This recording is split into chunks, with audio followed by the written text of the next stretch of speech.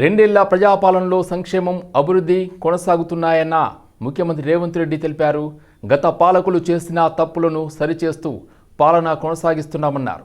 రెండేళ్ల ప్రజాపాలనలో సంక్షేమం అభివృద్ధి కొనసాగిస్తున్నాం. అప్పులున్న ఎన్నో సంక్షేమ పథకాలు అమలు చేస్తున్నామన్నారు సీఎం రేవంత్. పార్టీలో మనోహర్ రెడ్డి గారి సమక్షంలో చేరిన బీజేపీ నాయకులు మా బీఫాములు బీజేపీ ఆఫీసులో కాదు బీఆర్ఎస్ ఆఫీసులో మా బీఫామ్లు ఇస్తున్నారని ఇంత భావ దారిద్ర్యం భారతీయ జనతా పార్టీకి దాపురించింది. ఎన్నికల్లో నిలబడి కొట్లాడాలి కానీ చీకటి ఒప్పందాలు చేసుకొని ఫెవికల్ బంధంతో ఈనాడు బీజేపీ బీఆర్ఎస్ వాళ్ళు కాంగ్రెస్ పార్టీని ఓడించాలని కుట్రలు చేస్తున్నారు. నేను అడగదలుచుకున్నా, 10 ఏళ్ళు మీరే ఉన్నారు, అన్ని మున్సిపాలిటీలలో మీ వాళ్ళే కౌన్సిలర్లు చైర్మన్లు ఉన్నారు. నిజంగానే మీరు సమస్యలు పరిష్కరించుంటే ఈనాడు తాండూరులో కానీ పరిగిలో కానీ వికారాబాద్లో కానీ కొడంగల్లో కానీ మీరు అడగకుంటేనే మీ ఇంటికి వచ్చి ఓటేసి అయ్యా మీరు గొప్పలు మా మున్సిపాలిటీలో మా సమస్యల్ని పరిష్కరించిండ్రు మీకే ఓటేస్తామని ఇవాళ బీఆర్ఎస్ బీజేపీ వాళ్ళకు ఓటేసేటోళ్ళు. నిజంగానే కేసీఆర్ గారు నిధులు ఇచ్చి నరేంద్ర మోడీ గారు నిధులు తెచ్చి ఈ మున్సిపాలిటీలను అభివృద్ధి చేసి ఉంటే ఇవాళ ఇల్లు తిరిగి వంగి వంగి దండాలు పెట్టాల్సిన పరిస్థితి బీజేపీకి బీఆర్ఎస్కు దాపురించేది కాదు.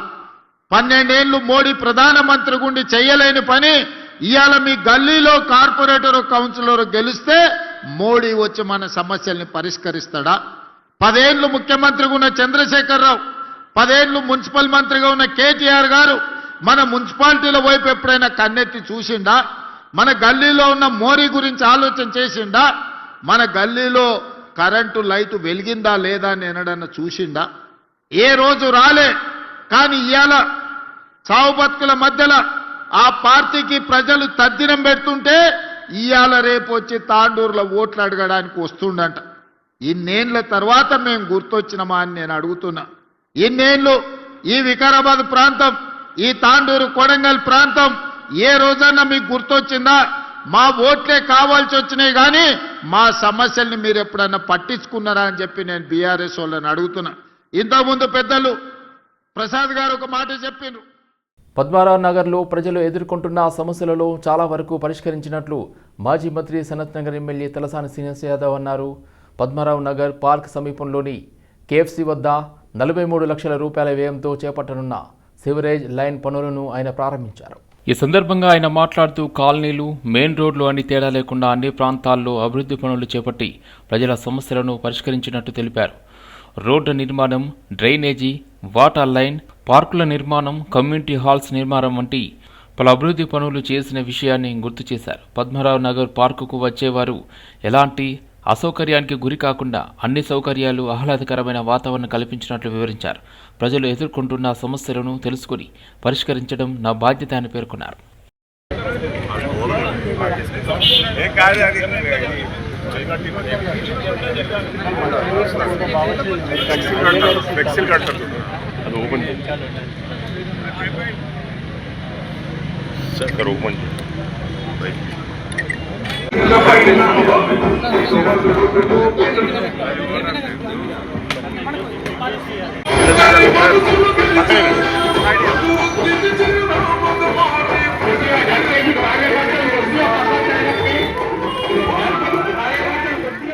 రానున్న 3 ఏళ్లలో సికింద్రాబాద్ నియోజకవర్గంలో బీఆర్ఎస్ పార్టీని ఖాళీ చేస్తానని సికింద్రాబాద్ నియోజకవర్గ కాంగ్రెస్ పార్టీ అసెంబ్లీ ఇన్ఛార్జ్ ఆదం సంతోష్ కుమార్ సవాల్ విసిరారు. సీతాఫలమండి డివిజన్ మాణికేశ్వర్ నగర్లో స్థానిక కాంగ్రెస్ పార్టీ నాయకుడు గండికోట కుమార్ ఆధ్వర్యంలో నిర్వహించిన కాంగ్రెస్ పార్టీ జైనింగ్ కార్యక్రమంలో సంతోష్ పాల్గొని మాట్లాడారు. పద్మారావు పాలనలో సికింద్రాబాద్ ప్రజలు విసిగిపోయి ఆయన్ను తన సొంత నియోజకవర్గమైన సనత్ నగర్లోనే ఉండమని హితవు పలుకుతున్నారని ఎద్దేవా చేశారు. ఒక మేజర్ జాయినింగ్ కార్యక్రమం చేయడం జరిగింది. గండికోట కుమార్ గారు వారి టీంతో పాటు పెద్ద సంఖ్యలో ఇక్కడ చేరడం జరిగింది. మాణికేశ్వర్ నగర్ నుంచి ప్రతి సికింద్రాబాద్ జిల్లాకి సంబంధించిన ప్రతి నియోజకవర్గంలో పెద్ద ఎత్తున జాయినింగ్స్ జరగబోతున్నాయి. ఎందుకంటే కాంగ్రెస్ ప్రభుత్వము రేవంత్ రెడ్డి గారి నాయకత్వంలో అనేక సంక్షేమ కార్యక్రమాలు చేపట్టడం జరుగుతుంది. ఆ ఒక సంక్షేమ కార్యక్రమాలు చూసుకొని చాలామంది ఇంట్రెస్ట్ చూపిస్తున్నారు కాంగ్రెస్ పార్టీలో చేరడానికి. As a DCC president, Secunderabad DCC ప్రెసిడెంట్గా పెద్ద ఎత్తున 5 నియోజకవర్గాల్లో పెద్ద ఎత్తున కాంగ్రెస్ పార్టీ ముఖ్యమంత్రి గారు శ్రీ రేవంత్ రెడ్డి గారు చేసే అభివృద్ధి పనులు మరి ఈరోజు కాంగ్రెస్ పార్టీలో గత 2 ఏళ్ల పాటుగా నేను సికింద్రాబాద్ ఎమ్మెల్యేగా పోటీ చేసి ఓడిన ప్రతి రోజు నుంచి ప్రతి గల్లీ ప్రతి వీధి ప్రతిరోజు కూడా పబ్లిక్లో ఉండి వాళ్ళ కష్ట సుఖాలు తెలుసుకొని మరి అనేక కోట్ల రూపాయల బడ్జెట్ ముఖ్యమంత్రితో తెచ్చి మరి పనిచేయడం జరిగింది. ప్రతి ఆదివారం కూడా ప్రతి గల్లీ ప్రతి వీధి తిరిగి మరి ప్రజలు పడుతున్నటువంటి ఇబ్బందులు. నమస్కారం, నా పేరు గండికోట కుమార్. ఈరోజు భారీ ఎత్తున బీఆర్ఎస్ నాయకులు కానీ బీజేపీ నాయకులు కానీ నమ్మి అదేవిధంగా రానున్న చేసే ఎలక్షన్స్ లో అధిక మెజారిటీ సిద్ధపూర్ణ డివిజన్లో ఉన్న మాణికేశ్వర అధిక మెజారిటీ గెలిపించి ఆదరణ గిఫ్ట్ ఇస్తానని కోరుకుంటాం. ఎంతమంది జాయిన్ అయ్యారు కాంగ్రెస్ లో? హైదరాబాద్ మేడిపల్లి పోలీస్ స్టేషన్లో విజయారెడ్డి అన్న చిరంజీవి ఫిర్యాదు చేశారు. తమ చెల్లి మరణానికి తాము కారణం అంటున్నట్లు కొన్ని న్యూస్ ఛానళ్లు తప్పుడు వార్తలు ప్రచురిస్తున్నాయని వాటిపై చర్యలు తీసుకోవాలని ఆయన కోరారు. ఈ సందర్భంగా చిరంజీవి మాట్లాడుతూ, మా చెల్లి విజయారెడ్డిని, ఆమె పిల్లలను మేము ఎంతో ప్రేమగా చూసుకునేవాళ్ళం. అలాంటి మా మీద, మా తల్లి మీద తప్పుడు వార్తలు ప్రచురించడం మానసికంగా తీవ్రంగా వేదనకు గురిచేస్తుంది అని తెలిపారు. కొన్ని న్యూస్ ఛానళ్లకు తాము ఇంటర్వ్యూలు ఇవ్వలేదనే కారణంతో కక్షపూరితంగా తప్పుడు థంబ్లైన్లు, తప్పుదోవ పట్టించే కథనాలు ప్రచారం చేశారని ఆరోపించారు. ఈ విషయమై మేడిపల్లి పోలీసులు స్పందిస్తూ పరువు నష్టం కింద నోటీసులు పంపించుకోవాలని సూచించడంతో పాటు ఈ అంశంపై పోలీస్ ఫిర్యాదు స్వీకరించబోమని స్పష్టం చేసినట్లు తెలిపారు.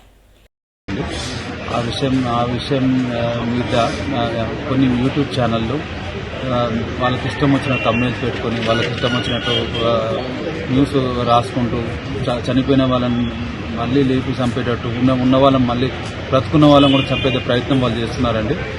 ఆ యూట్యూబ్ ఛానల్ మీద కేసు లాడ్జ్ చేద్దామని మేడిపల్లి సీఏ గారి దగ్గరికి వెళ్తే సార్ అన్నమన్నారంటే ఈ డిఫర్మేషన్ తీసేసుకోవాలి, ఇది యాజమాన్యం మీద కానీ యాంకర్ మీద కానీ తీసేసుకునే హక్కు మీకు ఉంది, ఆ హక్కుని యూటిలైజ్ చేసుకోవచ్చు, కానీ ఇక్కడైతే కేసు పెట్టడానికి రాదు అన్నారండి. దాని మీద సార్ చెప్పినట్టు ఇప్పుడు హైకోర్టు అడ్వకేట్ దగ్గరికి వెళ్తున్నానండి. ఆర్టీవీ అని ఒకటి, తొలి వెలుగు అని ఒకటి, మనం టీవీ అని ఒకటి, ఇంకా ఇతర ఛానళ్ళు ఉన్నాయండి. వాళ్ళ మీద డిఫర్మేషన్ మూవ్ చేస్తానండి. ఇంకోటి ఇది నేను భయపడో ఇంకోటో కాదండి. మీరు చేసే ఈ తప్పుడు ప్రచారం వల్ల బ్రతుకున్న కుటుంబాలు చాలా బాధపడుతున్నారు. ఇంకోటి ఏంటంటే కోట్లాది మంది వ్యూవర్స్ కూడా వాళ్ళని తప్పుదో పట్టించి మీ వ్యూవర్షిప్ కోసమో మీ డబ్బుల కోసమో వాళ్ళ తాపత్రయపడుతున్నారండి. ఇక్కడి నుంచైనా మానుకోండి. చట్టం తన పని తను చేసుకుంటూ పోతూనే ఉంటుంది. మీరు నేను ఎవరు అతిథులు కాదు. నేను సార్ వారిని, డిఎస్పీ గారిని అందరినీ రిక్వెస్ట్ చేసామండి. సార్ వారు కూడా చాలా చురుగ్గా డెడికేటెడ్ టీమ్స్ పెట్టి వర్కౌట్ చేస్తున్నారు. ఎట్టి పరిస్థితుల్లో కూడా వాళ్ళు ఎవరిని వదలరు. కానీ ఈ మధ్యలో మీరు ఓపిక పట్టకుండా మీకు ఇష్టం వచ్చింది రాసుకొని మీ పబ్బం గడుపుకోవాలని పూటకో మాట గంటకో మాట పెట్టడం బంద్ చేసుకోండి. ఈ వీడియో తర్వాత అయినా అది బంద్ చేసుకోండి. మీ మీద చట్టబలం కోర్టు ద్వారా హైకోర్టు కానీ సుప్రీంకోర్టు కానీ వెళ్ళి నేను వదలనండి. ఎన్ని సంవత్సరాలైనా కొట్టి న్యాయం జరిగేటట్టు చేసి ప్రజలకు వివరిస్తానండి. అసలు ఏంటి ఇలాంటి న్యూస్ ఛానల్ మనం ఖండించకపోతే. జేఎన్టీయూ యూనివర్సిటీలో 14వ స్నాతకోత్సవం ఘనంగా నిర్వహించారు అధికారులు. ఈ కార్యక్రమానికి ముఖ్య అతిథిగా అరబిందో ఫార్మా డైరెక్టర్ మెట్టు మదన్ మోహన్ రెడ్డి హాజరై కార్యక్రమాన్ని ప్రారంభించారు. ఈ సందర్భంగా varsity vice chancellor Kishan Kumar Reddy ఆయనకు డాక్టరేట్ను ప్రదానం చేశారు. దీనిలో భాగంగా మొత్తం 82,554 మంది విద్యార్థులకు యూజీ, పీజీ, పీహెచ్డీ పట్టాలను ప్రదానం చేశారు. ఈ విద్యా సంవత్సరానికి గాను ఉత్తమ ప్రతిభ కనబరిచిన విద్యార్థులకు 71 గోల్డ్ మెడల్స్ను, 87 మందికి పీహెచ్డీ పట్టాలను అందించారు. ఈ సందర్భంగా వైస్ ఛాన్సలర్ కిషన్ కుమార్ రెడ్డి మాట్లాడుతూ, మనిషి ఎదుగుదలలో అనుభవం, విద్య అనేది ఒకే నాణ్యానికి ఉన్న 2 పార్శ్వాల వంటివని నిపుణులు అభిప్రాయపడుతున్నారు. కేవలం పుస్తక జ్ఞానం మాత్రమే సరిపోదని, జీవితంలో ఎదురయ్యే సవాళ్ల నుండి నేర్చుకోవడం కూడా అంతే ముఖ్యమని అన్నారు.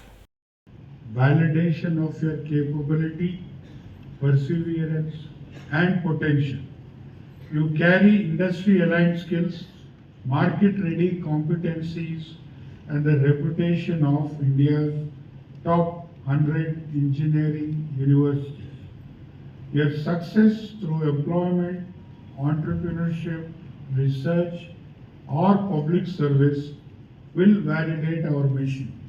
Remember, education is not merely the learning of facts, but the training of the mind to think critically and creatively in spite of AI. You are equipped with knowledge, skills, values, ethics, and global networks. You are ambassadors of engineering excellence and pharma excellence and architects of India's technological future. Your achievements will write our legacy. The vision forward and impact through accountability. JNTU Hyderabad measures itself through real-world impact, graduates employed, startups funded, research commercialized, and communities served. We embrace outcome-based accountability to drive continuous improvement. Our strategic priorities include improving NIRF. అఖిల భారత స్థాయి break down పిలుపులో భాగంగా కుకట్పల్లిలో ఉద్రిక్త వాతావరణం నెలకొంది. Ola, Uber, Rapido సంస్థలకు చెందిన డ్రైవర్లు పెద్ద సంఖ్యలో తరలివచ్చి తమ నిరసన వ్యక్తం చేశారు. కుకట్పల్లిలోని నెక్సాస్ మాల్ సర్కిల్ వద్ద డ్రైవర్లు బైఠాయించి ఆందోళన చేపట్టారు. పెరిగిన జీవన వ్యయానికి అనుగుణంగా అటు రాష్ట్ర ప్రభుత్వం, ఇటు కేంద్ర ప్రభుత్వం ఛార్జీలను పెంచడం లేదని వారు ఆగ్రహం వ్యక్తం చేశారు. డ్రైవర్లు కష్టార్జితంతో ఓలా, ఊబర్, ర్యాపిడో వంటి కార్పొరేట్ సంస్థలు కోట్లు గడిస్తున్నాయని, కానీ క్షేత్రస్థాయిలో కష్టపడే డైరెక్టర్లకు మాత్రం న్యాయం జరగడం లేదని వారు వాపోతున్నారు. సమ్మెకు విరుద్ధంగా రోడ్లపై వాహనాలు నడుపుతున్న డ్రైవర్లను నిరసనకారులు నిలిపివేశారు. తమ గోడును ప్రభుత్వానికి వినిపించేందుకు ఈ కఠిన నిర్ణయం తీసుకున్నట్టు తెలిపారు.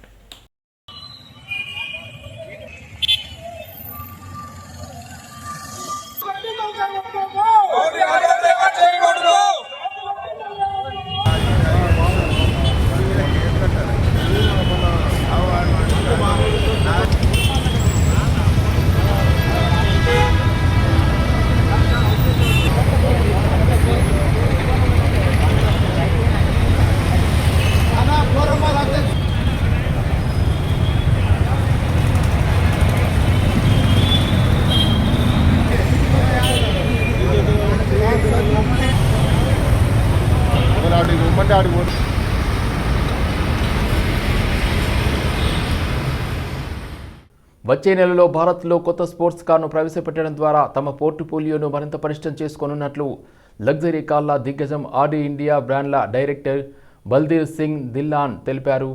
రూపాయి క్షీణత పరిణామాల నేపథ్యంలో కార్ల రేట్లను మరోసారి పెంచే అవకాశం ఉందన్నారు.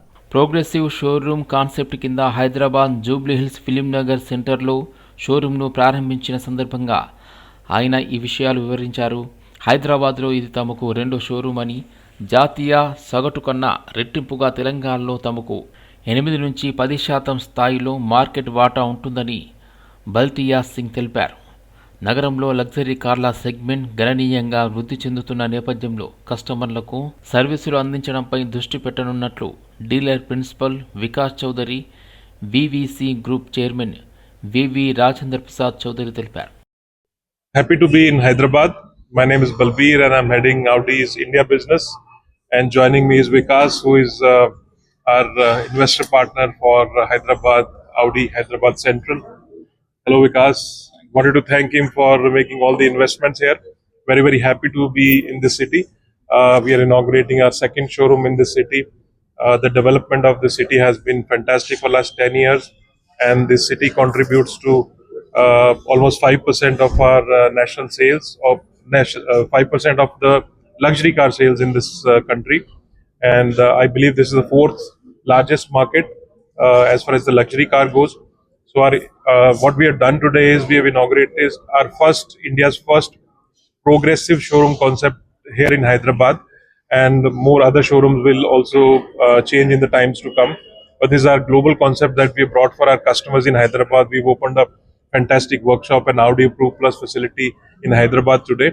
We want to serve our customers better and best, and our loyalty of our customers is our core motto. We want to promote this. We want to continue to focus. We already, 1 in every 3 cars that we sell in India is already sold to our existing customers. So the idea is that we continue to focus on this and bring the best of latest cars from the globe to our customers in Hyderabad and continue to serve them better. Hyderabad నాంపల్లిలో ఉన్న forensic ల్యాబ్లో భారీ అగ్ని ప్రమాదం సంభవించిన సంగతి తెలిసిందే. అయితే ఈ అగ్ని ప్రమాదంపై సెంట్రల్ జోన్ డీసీపీ శిల్పవల్లి స్పందిస్తూ ఉదయం 10 గంటలకు అగ్ని ప్రమాదం సమాచారం అందిందని చెప్పారు. షార్ట్ సర్క్యూట్ కారణంగానే ప్రమాదం జరిగిందని వెల్లడించారు.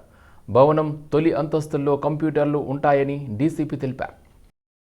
పరిధిలోని స్టేట్ ఎఫెక్చువల్ బిల్డింగ్ లో సుమారు 10:30 ప్రాంతంలో చిన్న స్మోక్ రావడం గమనించారు.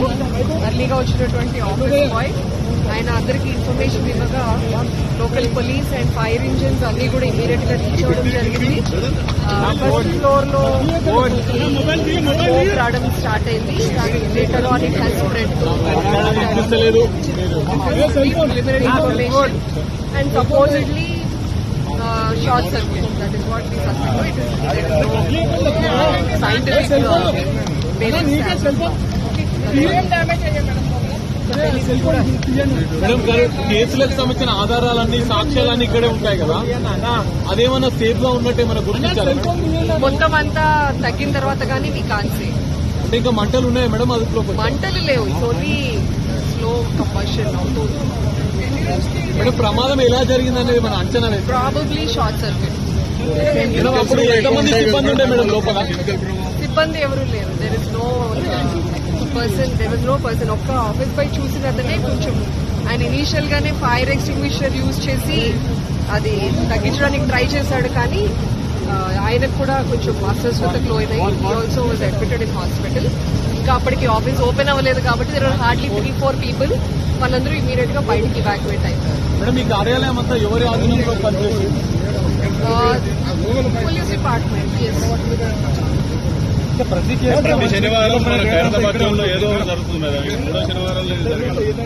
ఇంకా అట్లా అనుకుంటే రోజు ఏదో ఒకటి జరుగుతుంది. కానీ బంజారాహిల్స్ రోడ్ నెంబర్ 10లోని ఐఏఎస్ ఐపీఎస్ క్వార్టర్స్ను ఆనుకుని ఉన్న ప్రభుత్వ స్థలాన్ని ఈద్గా మైదానంగా ప్రకటించాలని మైనార్టీలు పెద్ద ఎత్తున ఆందోళన నిర్వహించారు. తాజాగా ప్రభుత్వం ఈ స్థలాన్ని రిజిస్ట్రేషన్ శాఖతో పాటు విద్యుత్ శాఖకు కేటాయించింది. ప్రభుత్వ శాఖలకు ఈ స్థలాన్ని కేటాయించడంతో తమకు ప్రార్థనలు చేసుకోవడానికి స్థానికంగా ఉండే యువతకు క్రీడా మైదానం పోతుందని వారు ఆందోళన వ్యక్తం చేశారు. ప్రభుత్వం తమ నిర్ణయాన్ని వెంటనే వెనక్కి తీసుకోవాలని వారు డిమాండ్ చేశారు. आप ऐसा हुकूमत में आए जब से मुसलमानों को मत सताओ. 10 से 13 ईयर्स हो गया हमारा ईदगाह में हम नमाज पढ़ रहे. यहाँ पर कंटिन्यू नमाज पढ़ रहे. पूरे मीडिया के रिपोर्ट से हमारे पास हर जगह जो है रिपोर्ट से यहाँ पे एमएलए साहब आके, यहाँ तक के बीजेपी के भी एमएलए साहब आके यहाँ पर बैठे. यहाँ पे उन्होंने स्टेट के जो है वाइस प्रेसिडेंट है चिंताला रामचंद्र रेड्डी, उन्होंने भी आके यहाँ पर नमाज के लिए बैठे. हमारा बोलने का मतलब ये है, आप ईदगाह को डिस्टर्ब मत करो. कहीं बंजारा हिल में बहुत जमीना है, गवर्नमेंट वहाँ पे अलॉट करा दो. यहाँ पे हमारे को ईदगाह चाहिए. पूरे बंजारा हिल्स में ईदगाह ग्राउंड नहीं है, प्ले ग्राउंड नहीं है. बड़े बड़े प्लेयर यहाँ पे, अजहरुद्दीन, सानिया मिर्जा, जवाला गुट्टा, इतने लोग हैं, लेकिन बंजारा हिल के पब्लिक के लिए कुछ नहीं है. अगर सीएम साहब स्पोर्ट्स के लिए कुछ कर रहे हैं तो बंजारा हिल्स के लिए भी कुछ करना, नहीं तो हालात बहुत बुरे होने वाले.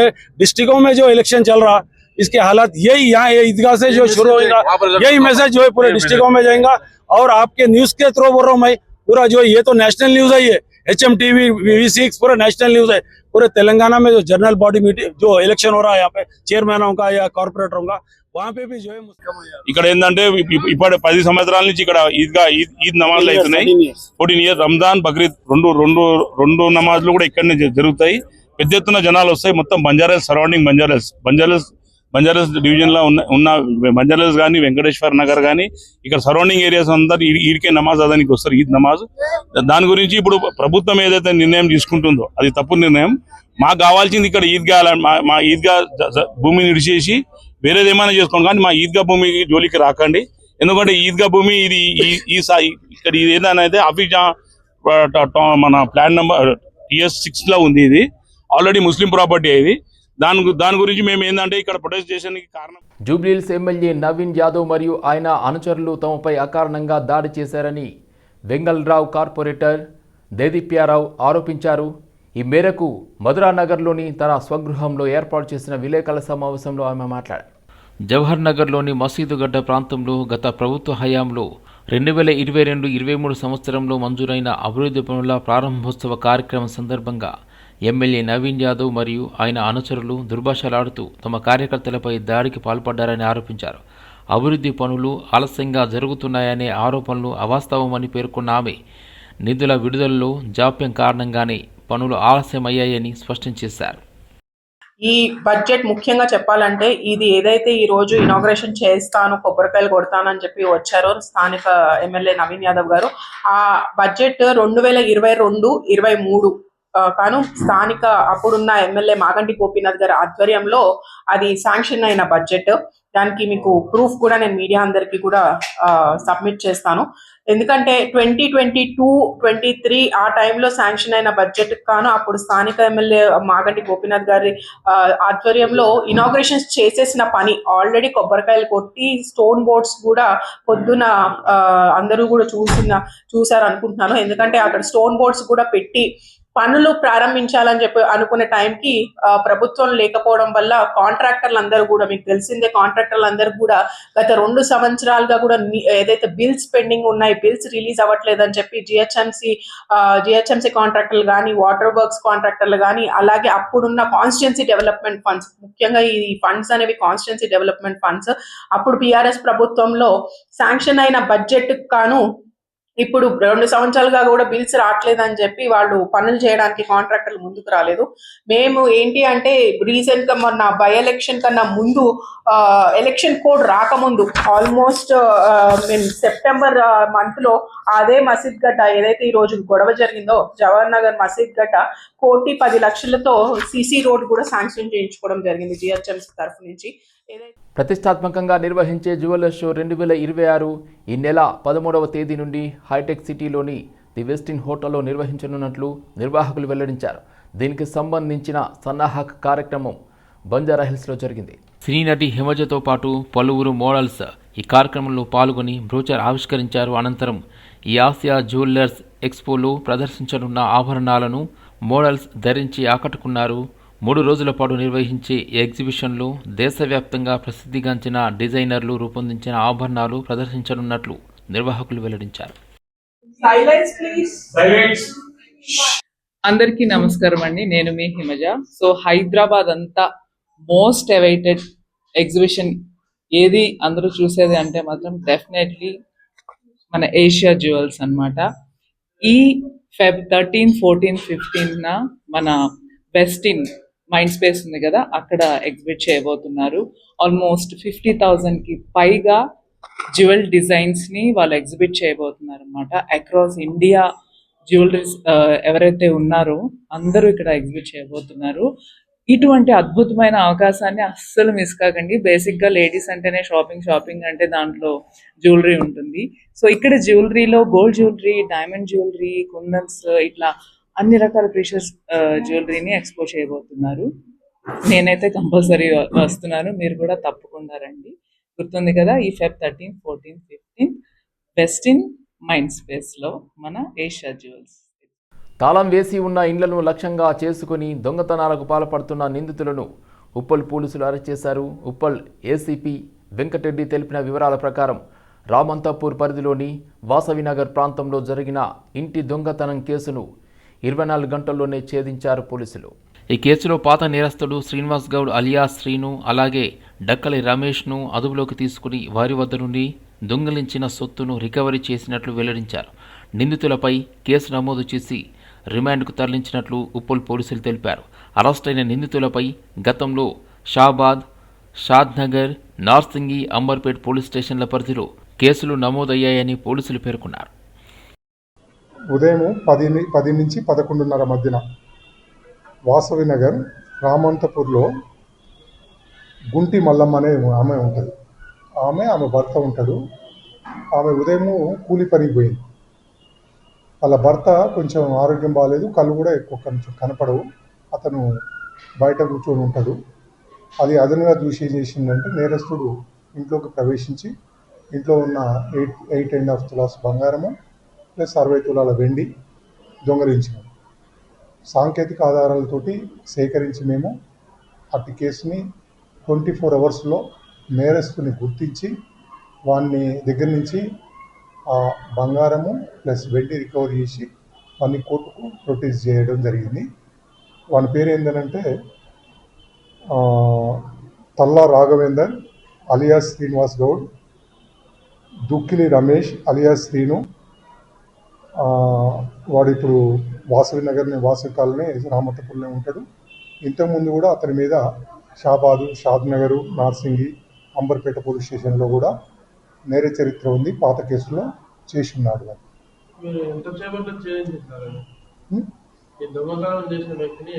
24 అవర్స్లో వాడిని పట్టుకోవడం జరిగింది.